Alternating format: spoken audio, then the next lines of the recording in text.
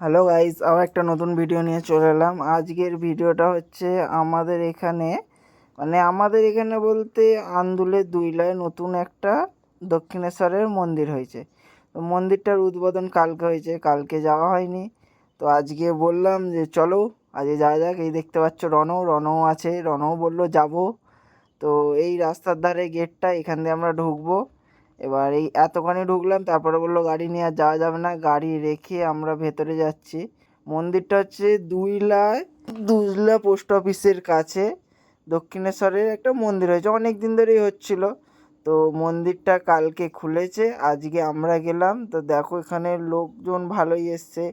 আমরা প্রথমে বাইরেটা দেখে বুঝতে পারিনি, মন্দিরটা যখন ভেতরে ঢুকলাম তখন আমি বুঝতে পারলাম মন্দিরটা বহুত ভিড় হয়েছে। এখানে দেখতে পাচ্ছ সব ঠাকুর আছে, এখানে কালী ঠাকুর আছে, রাধাকৃষ্ণ আছে, শিব ঠাকুর আছে।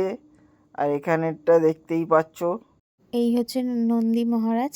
এই এবার আমাদের যাওয়া হবে ঘরে। রনকে দেখো কিরম করছে। চলো এবার ঘরে যাওয়া যাক। তো আজকের ভিডিওটা এখানেই শেষ করছি, আবার দেখা হবে নতুন কোনো ভিডিও নিয়ে। টাটা।